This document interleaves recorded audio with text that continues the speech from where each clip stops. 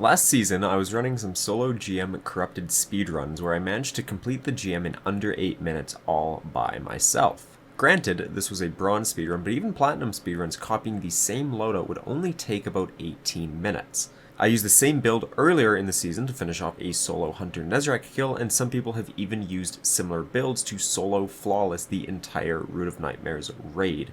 This build that I'm referring to is the Lucky Pants Malfeasance combo. Lucky Pants is the core of this build. The way that this exotic works is that when you ready a hand cannon, you receive illegally modded holster. This gives you plus 100 handling to ready speed, plus 20 airborne effectiveness, a 0.6x ready animation duration multiplier, and a negative 30% accuracy cone size for 4 seconds. Additionally, if the hand cannon is a fully loaded kinetic or matching subclass hand cannon, you receive 60% increased damage against combatants per hit for 5.5 seconds, with a cap of 600% increased damage, which would occur after 10 hits. You can probably see where I'm going here. At the start of Season of the Witch, hand cannons received major damage buffs to both minor and major combatants. Minor combatants had their damage increased by 20%, while against majors it was by 75%. Thanks to these damage buffs, hand cannons no longer feel miserable to use in a lot of higher end content, and while most hand cannons don't have any special features or perks on them, some of the exotics and one new legendary have unique features that make them go crazy with this exotic. The three big exotic weapons I'm referring to are Malfeasance, Crimson, and Ariana's Vow, while the legendary I'm referring to is the new and improved Warden's Law hand cannon from Nightfalls. Between these four, I personally think Malfeasance is the best, and this is for a few reasons. Firstly, Malfeasance doesn't require kills to get the most benefit out of the Lucky Pants perk. Specifically, Crimson burns through ammo so quickly that you need to reload before the 5.5 second timer is expired, or you need to be getting precision kills to refresh the magazine. Malfeasance does not have this issue because it is a 180 hand cannon. It ramps up those stacks so quickly, but it also holds enough in the mag that the out of luck timer will appear before you need to reload. Ariana's Vow can barely get 9 shots off before the timer expires. This means if you're using this for a boss, Malfeasance will be better than the other two, while if you're using it for just normal enemies, Crimson would probably be better because you can just keep firing it, but you're also going to be using it against enemies that would die without Lucky Pants to begin with. The second reason is that Malfeasance's Catalyst is actually useful. Malfeasance's Catalyst is a Vorpal weapon and was added last season, which means that it gets a 20% damage buff against bosses, vehicles, and guardians. Crimson's Catalyst gives it an insane plus 18 range. Ariana's Catalyst is useful, but the weapon itself sucks. The third reason is that Malfeasance does bonus damage against Taken by 25%, as well as Witherhoard blighted targets by 25%. This means if you're in a fire team with someone using Witherhoard and they blight a boss or a target, your Malfeasance will automatically do the 25% extra damage to them. Crimson and Ariana's do not get this benefit. Malfeasance is intrinsic unstoppable, and this season it actually gets the benefit of Overload too. Crimson would only get the benefit of Overload. Ariana's Vow is intrinsic barrier, but it's so bad that it can't even break a barrier in one shield, so it's basically useless in that department too. Ariana's also does not have infinite ammo, whereas Malfeasance, Crimson, and Warden's Law would have infinite ammo. I'm not saying that Crimson is a bad exotic to pair with Lucky Pants, because it's not. I'm just saying that I don't think it's the best. Both Malfeasance and Crimson are very good choices though, and both will ramp up to X10 very quickly. Ariana's is a bad choice, even if you want to use something else in your kinetic slot.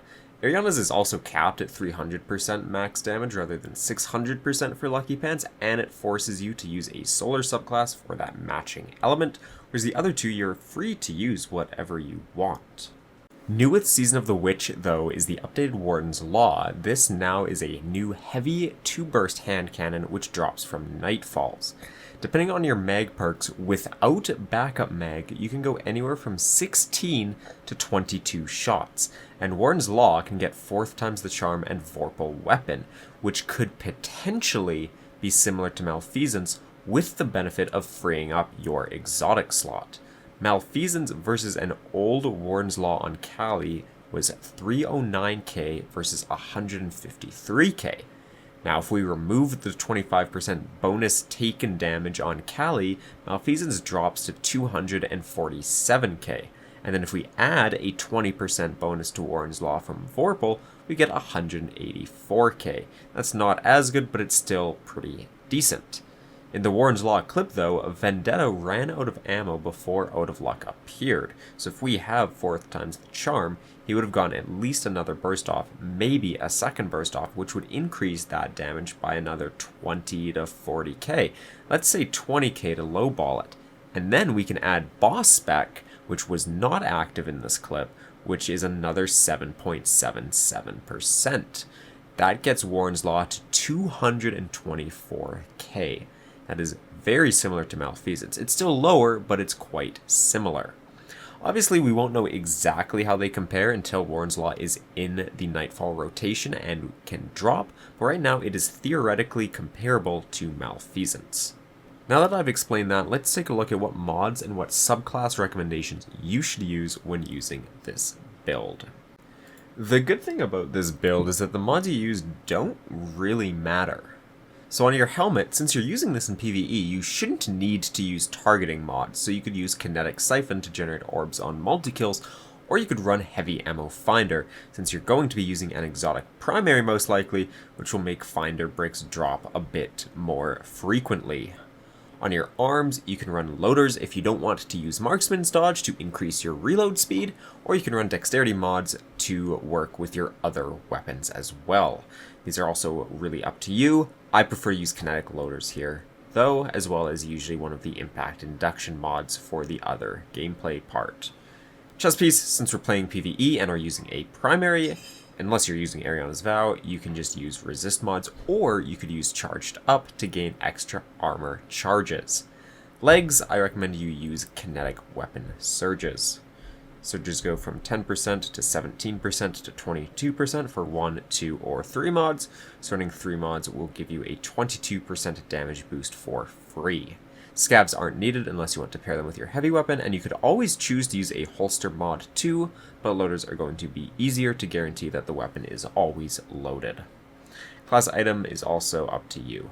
I recommend at least 1 time dilation though, and this will increase your armor charge stack from 10 seconds to 15 seconds. Powerful Attraction isn't bad either to easily grab orbs, and Reaper also isn't bad to easily spawn orbs without requiring a siphon. In terms of subclasses to run, this is also your choice, and that's what I like the most about this build. I like to use it with Solar, Stasis, or Arc the most. Strand isn't a bad choice either, but I think Void is the weakest to pair this with. Solar is nice because you can easily give yourself Radiant using the Acrobatic Dodge or your Melee, which is an additional 25% bonus damage from Radiant. This also affects your Golden Gun super damage. Stasis is really good too because they don't have any other exotics to use in the first place, and Whisper of Rending provides a nearly 50% bonus damage to frozen targets. Duskfield nades make freezing targets very easy as well, so those two pair quite nicely. Arc is pretty neat as well because you can use the Star Eater Scales super with Gathering Storm and then hot swap to Lucky Pants and go crazy with your hand cannon. You can see a clip in the background of me doing this against the Ogre in Grasp of Avarice. Strand isn't bad either because it's easy to nail headshots on suspended targets, but Suspend recently got nerfed, so it's less potent than before. Before the nerf, it was really fun to suspend a barrier champion in a GM and then just one-bang them with your hand cannon.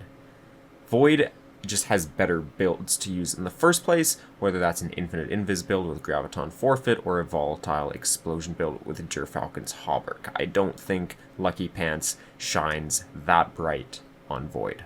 So what does the gameplay loop look like with this loadout? Well, it's very simple. Reload your hand cannon, swap off the hand cannon. If Out of Luck is gone, swap to the hand cannon and start blasting. Once Out of Luck disappears, you're good to repeat the process. In a fire team setting, if someone's using Witherhoard, just wait to swap until Witherhoard is blighted on a target.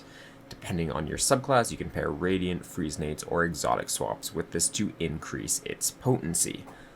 With the damage buffs to hand cannons, it no longer feels miserable needing to use a hand cannon in aspirational content, and Lucky Pants in general is so good that it just runs champions and bosses into the ground. I hope you enjoy using this build. I've been having so much fun with it already this season, and I think you will too.